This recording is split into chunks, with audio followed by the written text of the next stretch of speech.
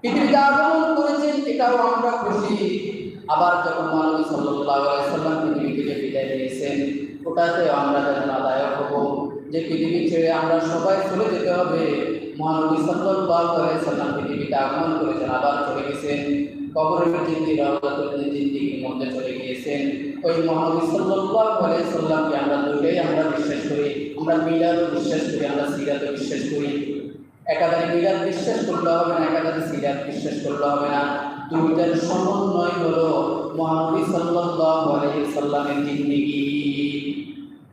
মুহাব্বত হারগিজ না গুফতা, তা না গুফতা জিবরাইল, জিবরাইল হারগিজ না গুফতা, তা না গুফতা রজুলি। এমন মুহাব্বত বুঝতে হবে, এমন মুহাব্বত, এমন ভালোবাসা দিতে হবে।